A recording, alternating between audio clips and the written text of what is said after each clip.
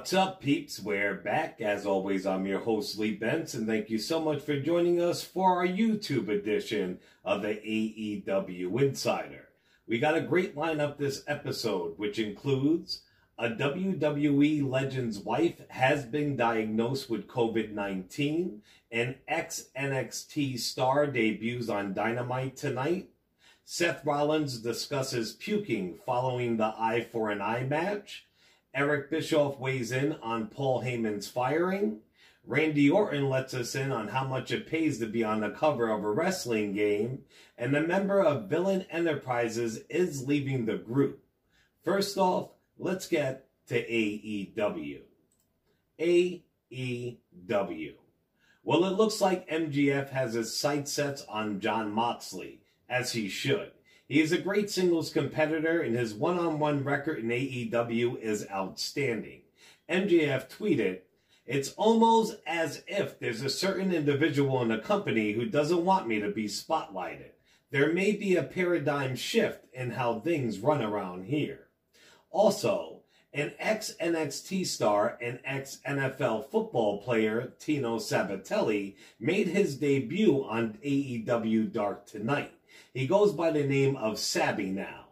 To me, he's always been a huge talent, and I always rooted for him and his old partner Riddick Moss in NXT. They got pushes here and there, but they never panned out for the two, really. Let's hope Tino can make something of the shot that AEW is giving him.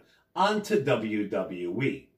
The Messiah of Monday Night spoke about him vomiting after Rey Mysterio lost his eye. He said, "I wasn't prepared for the visual aspect, and it truly made me sick to my stomach. However, I had to win, which is my job to do at all costs." He was also asked if he regretted what he had done, and then he blamed us, the fans. Rollins said, "Why is everyone trying to blame me? Let me ask the WWE Universe a question. Did they regret what they did to me? If you could say absolutely yes, then maybe I can shed some regret as well. But if you don't want to share the responsibility with me, then what is my responsibility to Rey Mysterio?" Remember the old Seth Rollins, Mr. Burn It Down? I like that guy. When R-Truth rebutted with, "Everyone liked that guy," Rollins said, "No, they didn't." Rollins explained the vicious attack carried out against Aleister Black soon after he picked up a victory against the Black Mass. For months he's tried standing in my way. I hope he has learned his lesson and will stop his resistance against the great good. I am the leader of this industry, and it's not a role that I take lightly.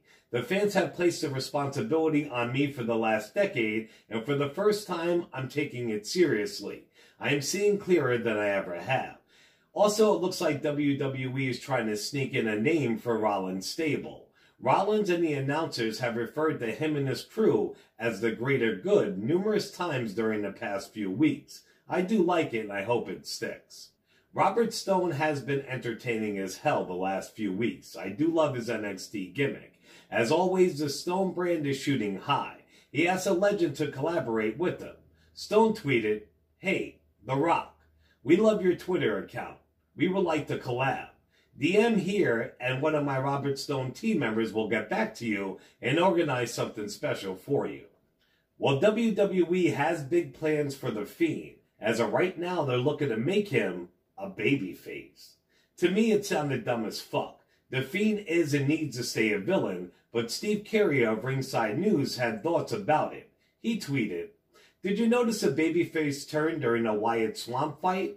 We've been told the plan is to push Wyatt's Fiend as a babyface killing other babyfaces.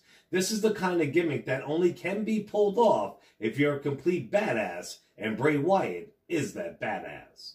WWE legend Ric Flair has announced that his wife has been diagnosed with the COVID-19.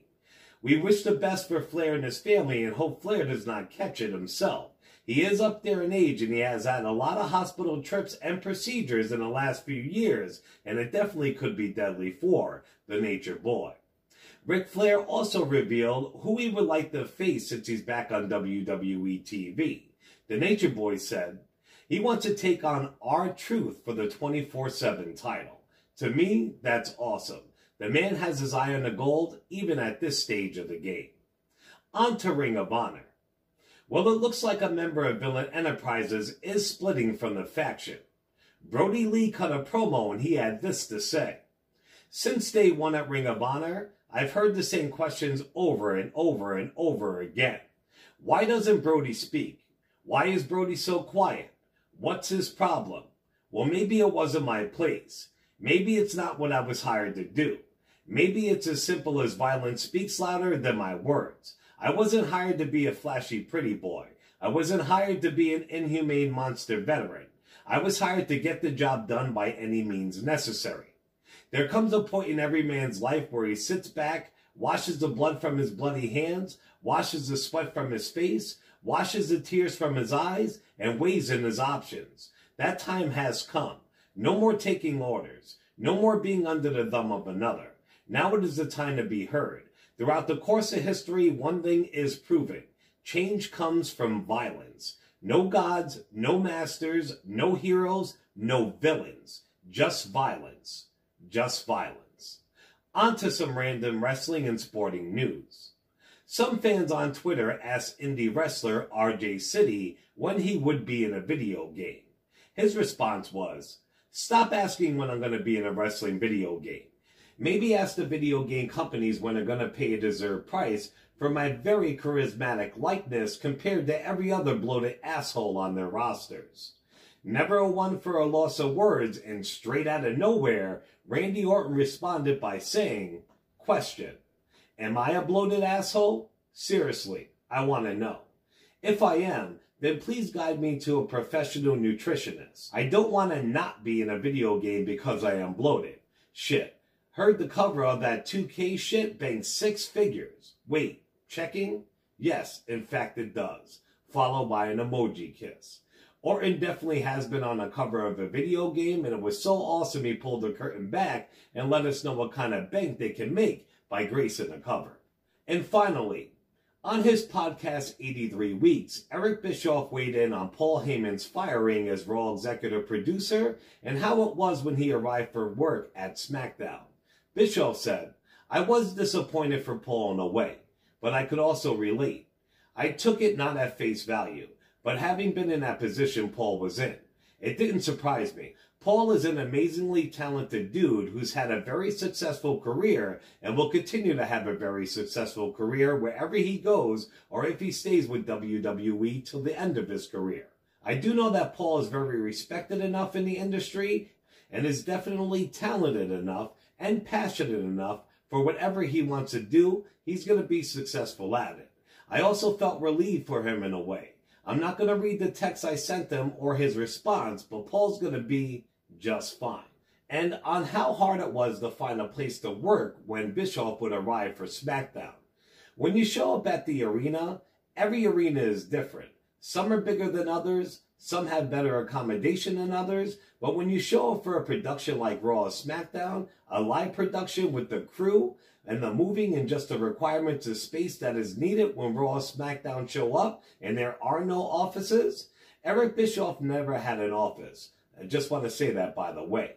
When I would show up, even though I was the head of SmackDown, presumably the head of SmackDown, careful how I say that, the head of SmackDown had a team of about 10 or 12 writers working underneath me. I didn't have an office. So you get there, you get to the arena and you show up and you look for the closest place you could find and you could sit with a laptop and get a signal. And there would be a room for the writers. Sometimes they were the size of a small kitchen. Sometimes at Madison Square Garden, for example. They're huge and there's plenty of room for everybody because you're actually in a journalist or sports writer's room that you can use. So there was at least room or space for everybody to kind of be in the same area.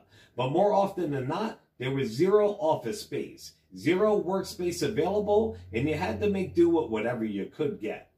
All right, peeps, well, that's it for this show. Remember, if you do want to win a Chris Jericho AEW Series 1 action figure, you got to be a subscriber to this channel. If you're not, do so now.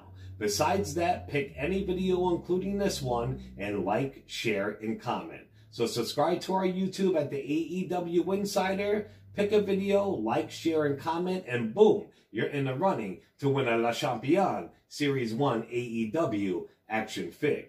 Remember to show us some love on all major podcasting platforms, also on Facebook and YouTube under the AEW Insider, and on Twitter we're under the AEW Insider 1, as in the number 1. As always, I'm your host, Lee Benson. Thank you so much for joining us for our YouTube edition of the AEW Insider.